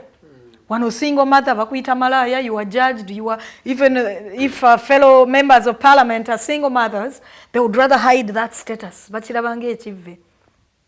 Naye ago gonna maanyi ga mukyala nti omukyala ne bwalekebwa yekka, omwami ne bwava mu bulamu bw'ensi, omwami ne bwa if they decide to excuse themselves nga abakulembeze baffe baweza kasente politicians, they marry the other wife, mukyala n'ambebu n'amulekaawo, bavumirira to produce upright people to put into the workforce. And the creator in the woman, the recreator in the woman, the caregiver, the one that nurtures the conscious, the farmer, the educator, the entrepreneurs we have as women have been, haven't been paid back fairly. We do a lot of jobs. A lot of the work we do goes unpaid or even unrecognized. It might be paid through nti ntobye. Kakati nana ntobye nzijemu omwana ya graduating in medicine. Omwana agenda kumala omwaka omulala nga government emutadde awo akonye. Government emugamba nsina sente zikudeploying kugenda kukola ki? Kukola internship for the next year. Government ebeekotogedde omukazi atobye okusomesa omwana. Government ekotogedde abaana abawala abanje nnyo betulaba kati nabo abavuddeyo to graduate at the different levels. Nti bagenda bw'anaabeerawo ku katebe ng'afunayo kipolitician ekiyina gye kyakubye enjawulo nga kimuwasa kimukuba mu apartment nga degree tegenze. Ngodda ku apartment kukoza abaana. Role y'abakyala in job creation. We are nurturing people, we are educators. We are people abalemerako ku nsonga. Tubafulumiza abantu mu workforce abavumiriya. Wanya ekitiibwa abaana balinnye ebinyonyi ebyo ne bagenda mu Middle East. Ate abasinga baabuwala. Abasinga baabuwala. Naye tuli mu katyabaga bwe tutatandika kuteekawo incentives ziwanirira spirit y'abakyala in entrepreneurship. Ti omukyala bw'aba amaze okusoma omulimu ne gutalabikira wakantu ka creatinzeewo. Tokkiriza landlord kumuggyako musolo mu ddoola. I mean rent mu ddoola. Government shouldn't run out abaana ba graduating nze Makerere. Government emugambye siyina zikutwala wali intern doctor sirina mulimu gwenkuteekamu bw'awatanya n'ateekawo akantu n'avunjawo ebyalani ne bakola design ebitengi n'agira nga atunda ebyo until they find the job. Don't go tukumukamulamu musolo within the first month of opening. Support instead. Naye emirimu abakyala gye tukola government egikakkanyeeko n'egikamamu omusolo. Government ekakkanye ku bakazi nga banoonya we bawatanyiza okutunda obucungwacungwa n'ebayita illegal traders n'ebakasuka eruzira newankubadde nga obutale gye bandibadde bakolera bino yeetabutaddeemu bimala akatale ne kabaamu omwana wakyusiza dayepa kinappi ky'omwana we kisuulibwa oba we kyanikibwa nga bakyozezza katale tekalimu wanaabirwa ngalo. Ebikotegedde omukyala bingi. Byo byekugamba mbu abakyala balina needs nyingi eziri ku ngaezaabwe special needs. For example, kati nga lactating parents. Exactly. How many jobs or offices have actually put spaces into bannanga mwana n'ayonseza? Omukyala bw'anaagijjamu ng'abadde n'ekibbebi ekiyonka myezi bwe giti liivu eweddeko anaavumirira atya? Kaddeke yakaliwa. Liivu omuntu afubutuka aba akyagiragira tannakala na munda nga yazze dda ku mulimu anti bw'olwayo bajja kugugaba. Yet we are the ones creating these jobs. We are nurturing the ones, the directors, the workforce. Global GDP omukyala agiyinamu omukono gw'amaanyi. Naddala mu Africa wano omukazi akoze ky'amaanyi. Omukazi newankubadde single mother, omukazi ne bw'aba nnamwandu wano. Tomuleka kyakoze omulimu gwakoze toyinza kukola ki kugutunuulira ttayo. Olwo omwami asindise ka message kansooke nkakusomera endaba oba onakareactingira kagambye but even a few women that have been given big offices even when we think and believe they have no power in those offices have been at the front line of stealing iron sheets of the Karachunas. Are they not portraying a very bad image for the rest of the women? Edda nazikono ngabachala butu maite muli babbi. Ngera bannannyini kampani wali kubawo omukyala. Kubya sente. N'okutya tutya. Gatumanyite edda toga. Tulina ebintu bye tutya okukola. Nti perceptions za culture omukyala omukyala banaamulaba batya ku mpingu. Nti n'abakyala baakolanga ebive mu society nga community egezaako kinyigira naalonga byetooka adde atwala kuliisa baana kubanga tekiteera kubaawo. But nga bwe ntandise nkugamba nti the few women that are rising to positions of leadership, they take over those spaces well knowing they are there to be used. By the... baliwo okukozesebwa naye mwennyini akimanyi nti bwe naagenda ddala nenyweza omusipi gwa gomesi yange nga mukyala Nabbanja naye mbagamba ebigambo biri bye nayogeranga nga nkyaliwo opposition bajja kungoba. So nti fiber ya obuntu bulamu etumaliddwamu nnyo naye omukyala era taggweddeemu nnyo maanyi gye tukyali aboogera abajjukiza bakyala bannaffe ti omukyala Nazzikuno teyabeeranga ne mu stories zino nti yabbye mu bintu byonna yabbye mabaati ekintu ekinene bwe kityo ate nga kitono nnyo kiswaza ku minisita.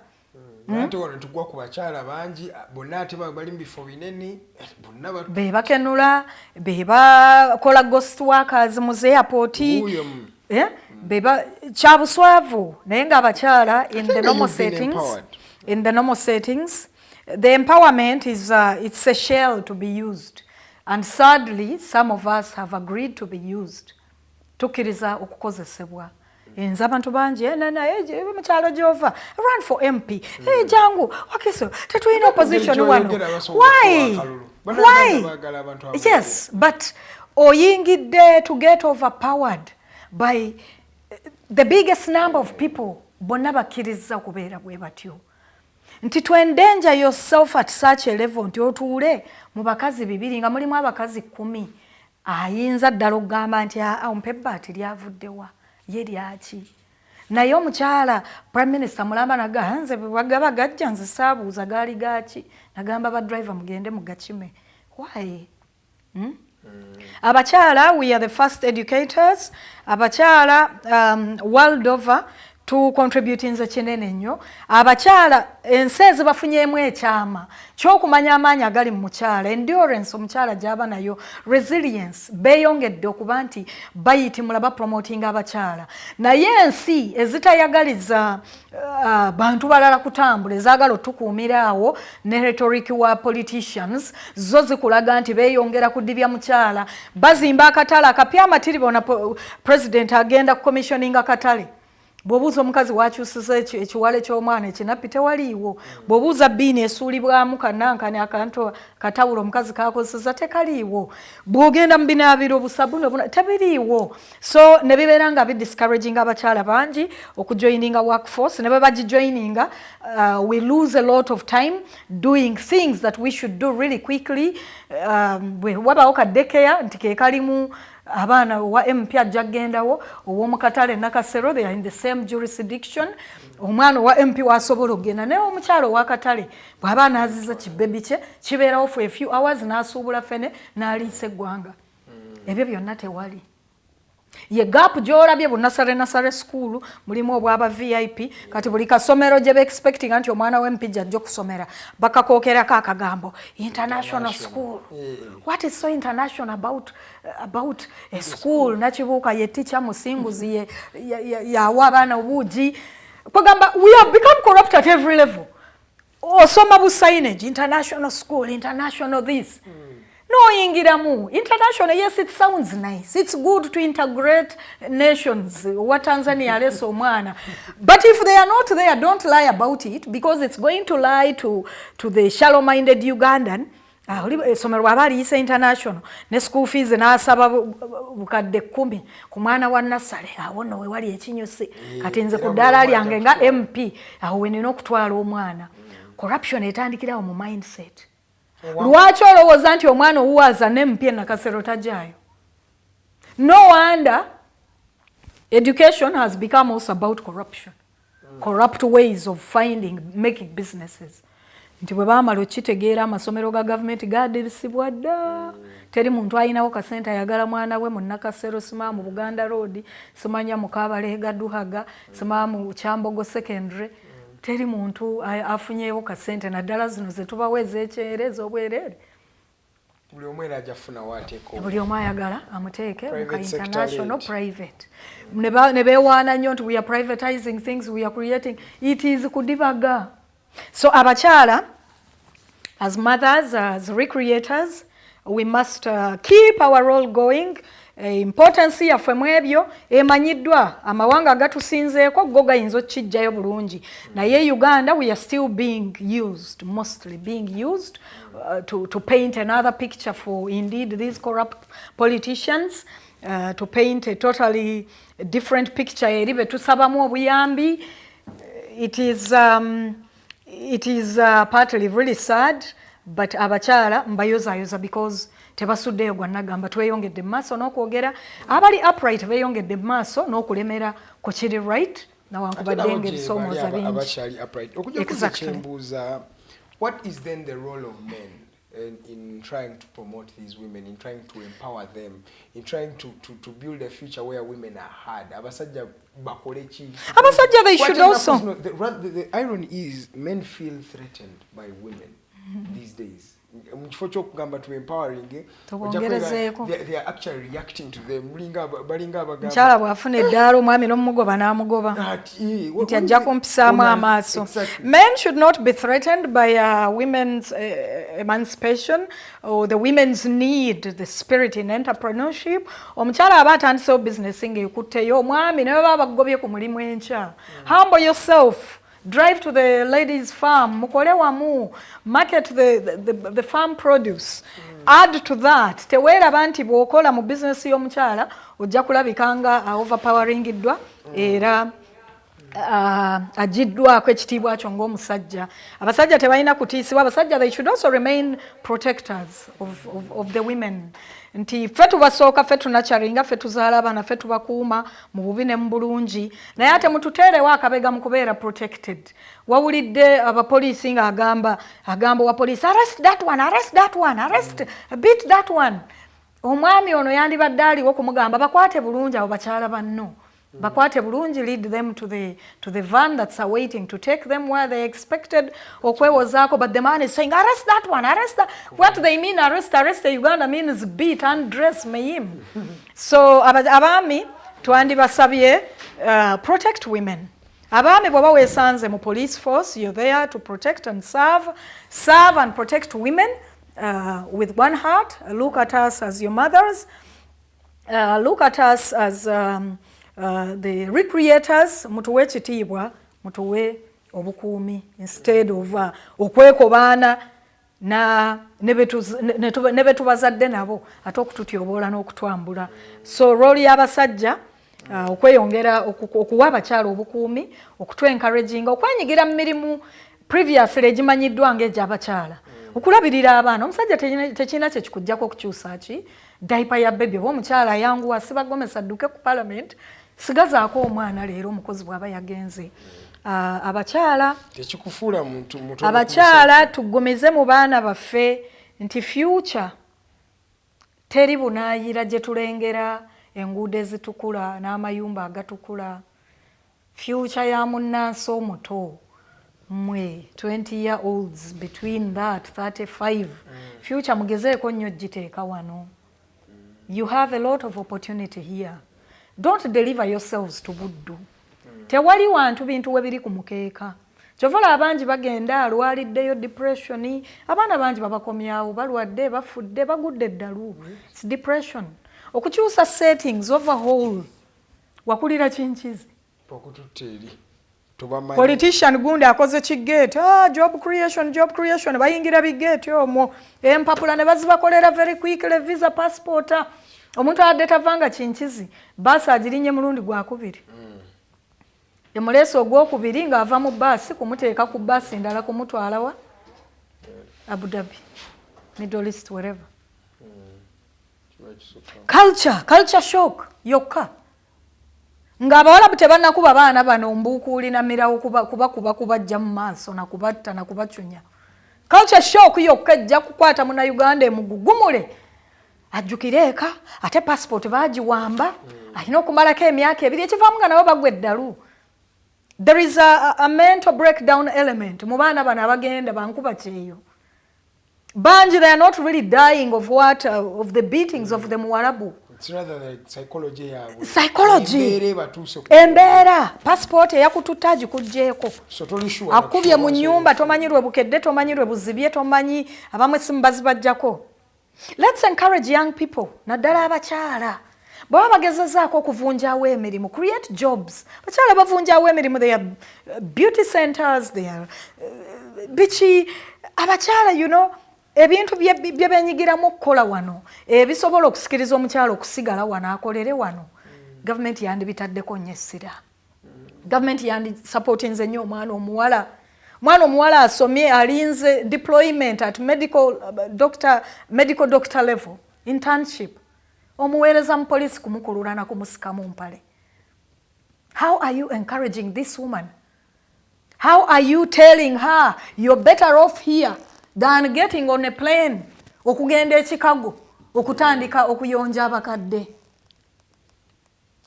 We are hemorrhaging resources as antututte mu maaso, indirectly or directly.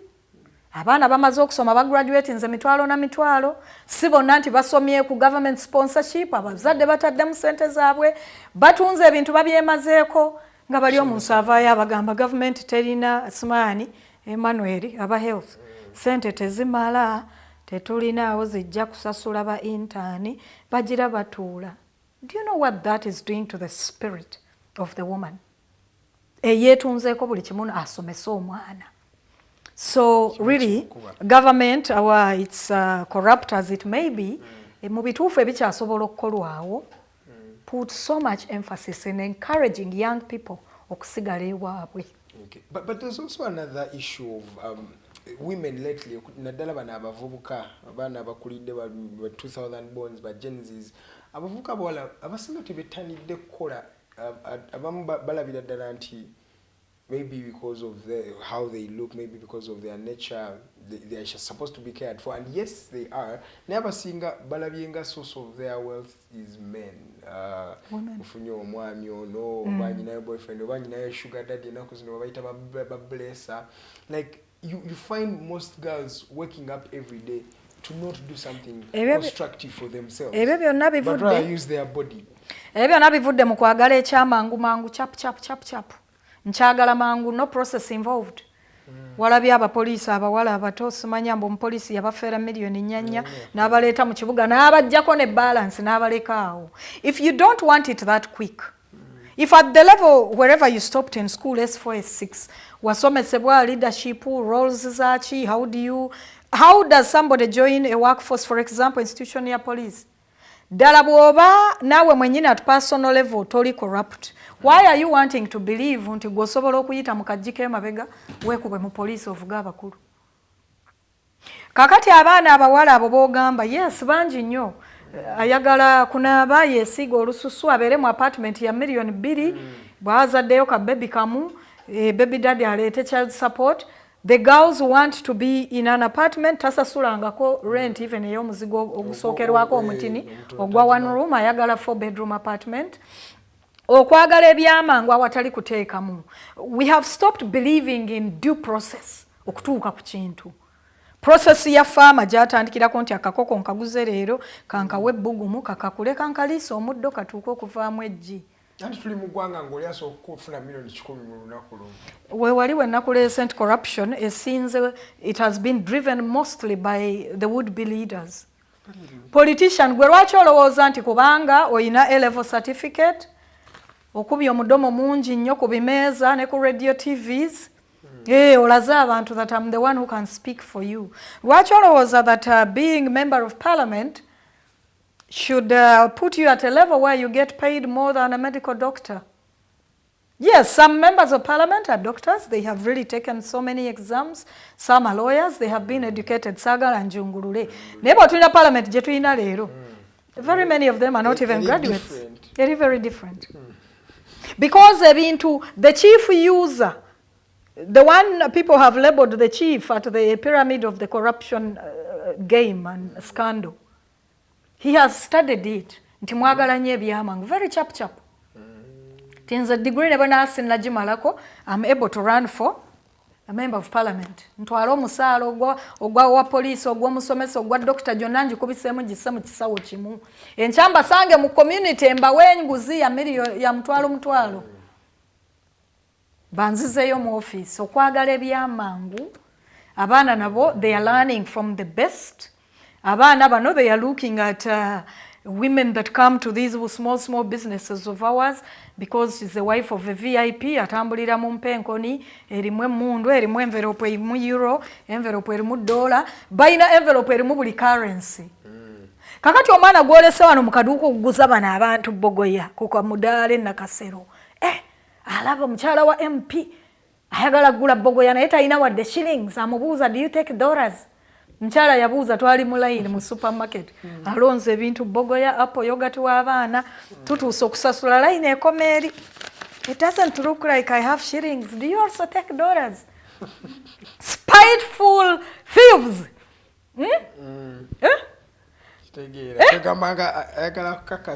Kakati omwana ali ku katiri ka gundi ka supermarket eno amanyi ono mu kagundi amanyi qualification zaalinawo zokka kwe kuba nti yakeera n'awasa member of parliament oba n'awasibwa minister. Omwana ono asaavinga abantu bano alaba abasinga okugula ebintu ebingi bakuba mu bukube mu bubbo tebalamuza tebacekinga price bano bakyala baba minister bakyala baba MP. Awo corruption wetandikira mu mind nga naye agamba nange kanneetege MP ono nange kanaabe entumbwe ensiibe mu apartment nga nyengeza lususu. Usanga naye naagwa ku kyani ku ki-investor. So okumalamu abaana abatensa kutandikidde ku bakulu nga twettanira nnyo positions ezitakolereddwa.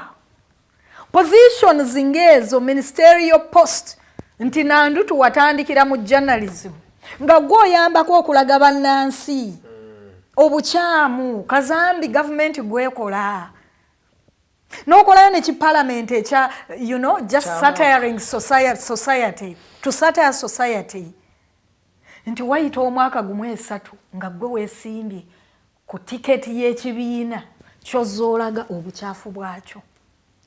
Can you really remove corruption from the mind of the next girl in Bulambuli Nandu Tujava? You cannot. They know that all you have to do is kuba omudomo ate kati social media yajja kanteekeyo bu jokes dekanjerege abakulembeze dekanjerege buli kiramu ekinaavaamu omuntu waffe oyo naayogera amanyo bavuma amanyo balabisa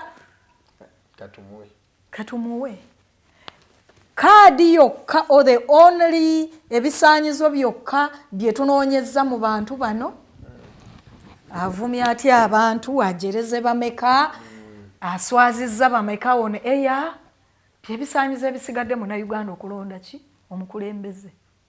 Lwaki weewuunya lwaki abantu abato tebakope the same? Bw'aba tasobodde kuyingira politics immediately. Do you know the corruption ongoing? Kakati tuli ku bbago ery'ababisiyaga ery'abaki. Do you know how many Ugandans are getting as corrupt including NRM? How so? Basala bwe bagenda bwe beewayiriza naffe tuli basiyazi omusiyazi naye ali ku tabu.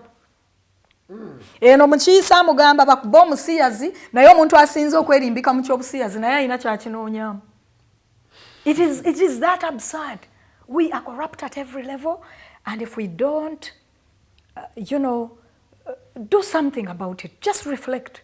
It is getting instilled in our young, it's getting instilled in the young beautiful ladies.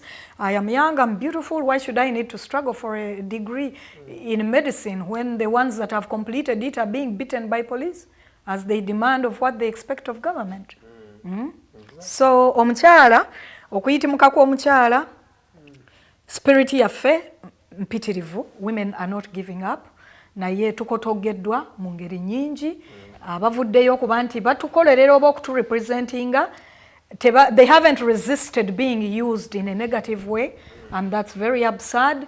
Kyanaku nnyo nti a big number of the suspects mu saga ya Karamoja is women. Ekyabuswavu nnyo naye ekyo kyonna kiddayo erifa abakuza abazadde. Omwana gw'ozadde leero omuimpatinga mu values ki? Omugamba nti ne bw'otafa ku byakusoma gwe yiga birizi kuvuma bantu ojja kuyitawo ogenda okulembera abantu mu parliament. Ate oluusi bayitawo nana.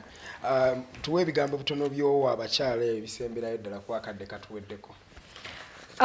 Abakyala bannange abato aba 40s nganze abatuyiseeko mu 60s bamukyala Kadaga baani bannabbanja mu 50s bambi bw'oba ofunye akaaganya aka-empowering abakazi abalala aka-encouraging omukazi omulala naddala abaana bano be basibye obukaaya babali mu kufuluma bafuluma Middle East bagenze bakuute entamu bakuuma obuyonjo mu Buwalabu bw'oba ofunye akaaganya akwogerera abaana bano okuba nti bw'amala okusoma as a graduate in medicine ebiyina omukolerwa gavumenti bikolwe. Bwe bibanga ddala government is hard up on cash tekinnasoboka. Simply avail the information on the same. Temubakuumira mulimbo tebagenda okwekalakasa mubakube mubambule mubagajambule. Abakyala bwe muba mufunye positions bakyala nga Anita Among abawala bawe example eziriyo lwaki weeyerusa That's her personal choice. But I have a problem with it. I have a problem with it. You are accusing the West of exporting homosexuality to Uganda and to Africa. You are encouraging women in Uganda that as long as you have a dark complexion, you will be hard to see. This is her personal choice, but for me, I've studied behavioral tendencies. Yes. I've studied how people behave socially. Okuva mu masomero, it speaks. Nagenda na masomero gennalumba nga mirembe. Lwaki mukaka abaana? Why are you forcing the local child, the Ugandan child? Ne kakawekeke akanaabye nno. Bamugulidde kadde tobe ekitole n'anaaba enviiri ze n'ayingira class. Why are you telling them to shave their hair to the skin? Because these are traditional schools, therefore only the lighter skinned kids. Abaana bakyotala abazungu be bakkirizibwa okusiba enviiri empanvu ne bwe zibaamu ensekereza omukyotala azisigaza. Naye omwana loko sigitegeeranga okukkiriza abantu weeweru boba n'enviiri. Awo we wava abaana ba Black Beauty nga nze obutekkiririzaamu. This is also inferiority complex. Omukyalo okugula agazigo. Waliwo okwesiga ekizigo nnyirire sijja kusiiwuuka. Naye okumanya nti your complexion is dark. Olina kugamba nti no, you can bleach it with something no matter how dangerous. Ebintu bino ebisinga bye beesiiga biwandiikiddwa mu Lufalansa, mu Lufutifuti, tojja na bitegeera. Abakyala bali mu positions to wear example. Live natural examples. Embrace who we are. If you are a head teacher at a local school in Uganda, lwaki ogamba omwana omuwala nti enviiri z'alina ku mutwe? This is my hairs nalo ngono kaweke. Akuze ne munaaba ne musiba mu bitutwa byange ne biwanvuwa. This is how I feel beautiful as a Ugandan woman. But on average, amasomero e Uganda, the schools are showing learners that if you're light-skinned and your hair grows very fast, it's curly, it's huge. Abaana b'Eritrea bali masomero ge gamu n'abaana baffe, abaana mix abo, abakyotala, abamixing ab'Abachina. You will go to a school, Makerere College, ogende mu ssomero, government settings, even the private ones. Osange nti the rules zikakata hair will be worn short. But this rule, the 1-inch hair short, only applies to the darkest of them. Ochomu nena bukenya abakaweke ku mutwe. Ekintu ekyo kistirinze mu bakyala. Okulowooza nti immediately when I get the freedom okwesiiga buli kye nsobola okwesiiga, I must deny what I am naturally to try and please the job givers. Yingira banks. People use bodies to either shame, to either give jobs or not give them. I am telling you, it's not by coincidence into oyingira a corporate company nga buli mukazi alina ekibiina kinene nnyo. We are discriminating against women right from the level we tutandikirwa. Head teachers and everyone, legislators, women MPs mu parliament, mu advocatingire nnyo omwana omuwala okukkirizibwa okwagala ekyo kyali. Ebitutwa biri bye baasibanga enviiri naabe baziyisizaamu ennaza azisibye ekitutwa ekiswahili ayingidde mu class. Tusobole okwenganga ebintu nga walabye abakyala be bakuta aba parliament. Bonna beesize ebizigo, bonna bengeredde balinga obuyembe. It is a shame. This is the first level. This is the first level of kuvumaganya effort y'omukyala okweyagala, okwekkiririzaamu n'okubeera confident. Nana weebale kubanga otukyaliddeko. Oyo ye Nana Mwafrika era tulinze wona twegattako anytime soon. Thank you so much for watching. Abatuwaddeko mwebale mwena abasindise message zammwe.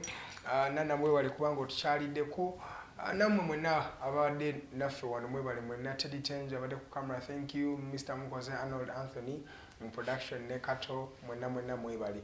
Tujja kubalaba olunaku lw'enkya ku ssaawa 2 zennyini ebeera Women Crush Wednesday. Farida ne Luwedde bajja kubeera wano okuva ku ssaawa 2 mpaka ku ssaawa 4 ez'okumakya. Good morning Uganda.